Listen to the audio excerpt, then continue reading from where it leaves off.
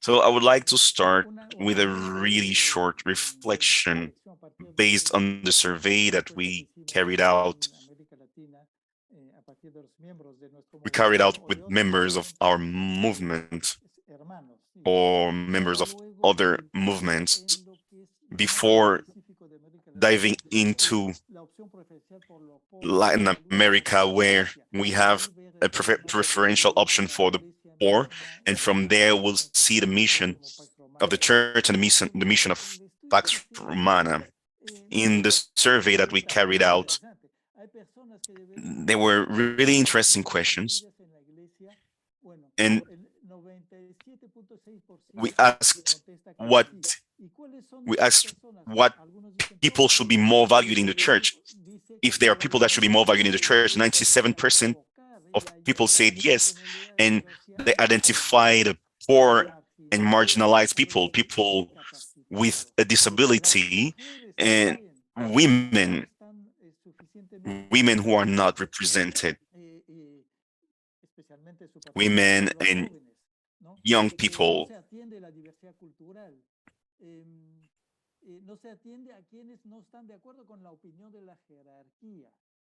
Quienes deberían ser más valoradas son las personas que buscan el bien común. Creo que ese es un aspecto central de lo que sienten los sentimos, los laicos en América. Young people, boys and girls in general, those who do not agree with the opinion of the hierarchy, those who by the vicissitudes of life profesionales o intelectuales, MIIC, y los del MIIC, que son los estudiantes. Have broken up their marriage, those who should be more valued are people who seek the common good, regardless of their age, their political position.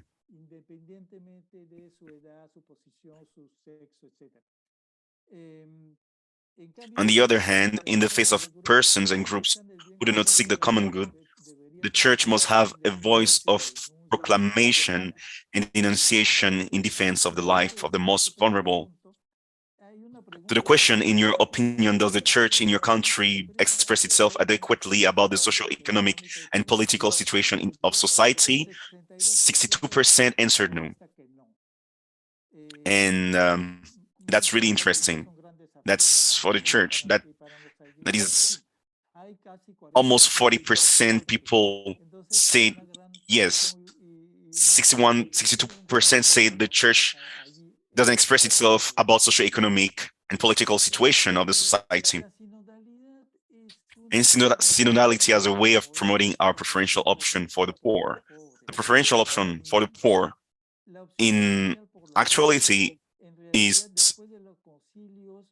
the option of the gospel, which was strongly affirmed in the post-conciliar Latin America Episcopal conferences since Medellin and Puebla.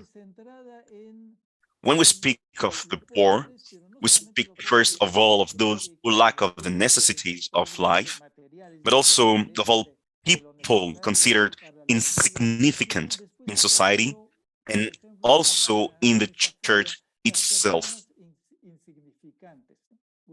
Those are people that are considered poor in the responses.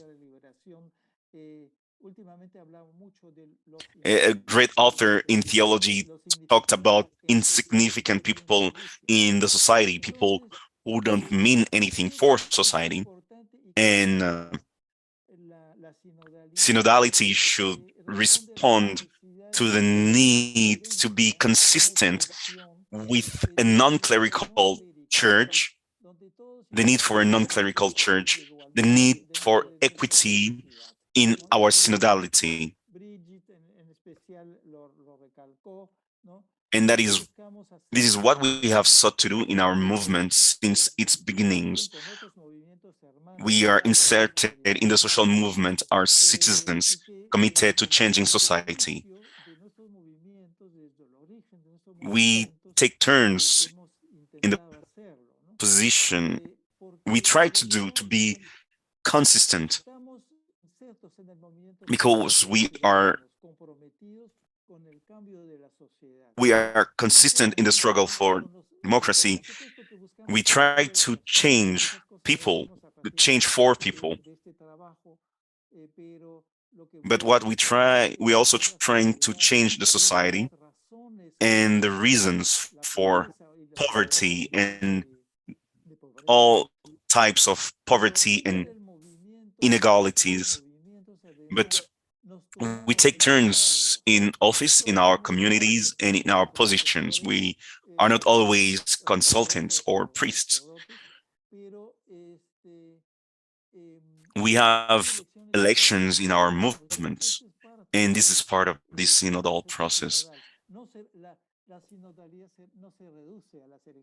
Synodality is not just about elections, but elections are important in order to take turns in office. We must be consistent in the struggle for democracy. We have to change responsibilities and rotate people. We are living hard times in Peru at the time. And as you know, our movement is inter an intergenerational space. We have people from 20 to 80 years old, or more than 80 years old. We have women and men that are on equal footing. We also have meetings with our priests,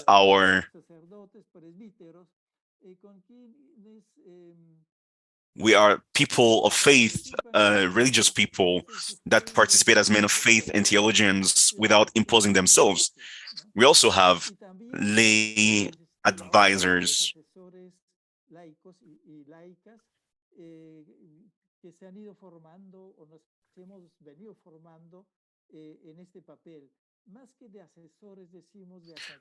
We have people that have been trained to be those advisors, people to walk with us. And there too, we have an intergenerational process that is happening nowadays. But synodality is also a tool to fight for um, to to fight for the poor. It's a tool to fight for social justice. At least we see it that way. From the preferential option for the poor is born the commitment to social justice and a social transformation against the structures that reproduce poverty. Our method of seeing, judging, and acting, seeing, see, judge, act, the review of life, helps us, and it's really key because it comes from apostolic movements from the 20th century in Europe that makes us see reality in the light of the gospel with the demand to act, to make present the kingdom of God. It's not just enough to evaluate or give a diagnosis. We have to act.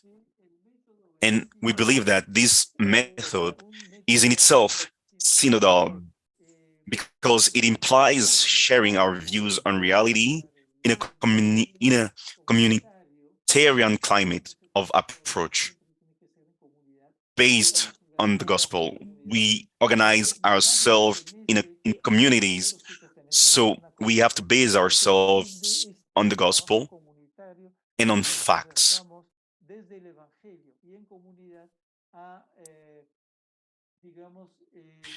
And that in turn will help us to see what we need to do. And by being present in this civil society organization, by forming ourselves in this sense, we also imbue all our relationships with this sense of walking together. This in turn contributes to, at least we hope that it contributes to the struggle for democracy and justice. There is a tension between democracy and equality, but the movement has to work towards conciliating both of them. And also, we should see synodality as a way of promoting good governance in our church. We hope that the current decision makers in our church, especially in Latin America, will discover or understand that many of our lay movements, like our movement, are already working in a quite synodal way. Of course, everything is always perfectible. We can perfect the way we work, but it's sad that few bishops know and appreciate us. They are mostly focused on their parishes and do not see what we can contribute from our community experience, which is less centered on the nearby territorial, on the parish territory, but rather in areas of social and political life, according to our diverse professional backgrounds. So we can act based on a different context or through a different lens. We have committed lay men and women, and all of that can be seen in encyclicals, in other documents of Pope Francis. We can see the contribution of lay people. I think about Laudato Si, for example. Great minds, great scientific minds work towards issuing the Laudato Si encyclical. And finally, synodality should be seen as a way of supporting the social mission of the church. The social mission of the church, understood in a synodal way, goes far beyond the necessary support for those who need help for economic and other reasons. Indeed, we seek to work consistently for the transformation of this world into one in which injustices and the social, political, and cultural causes of poverty are not reproduced.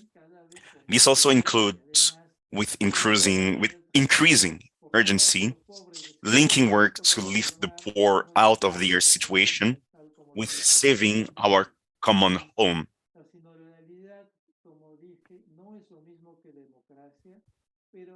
Those two things are linked.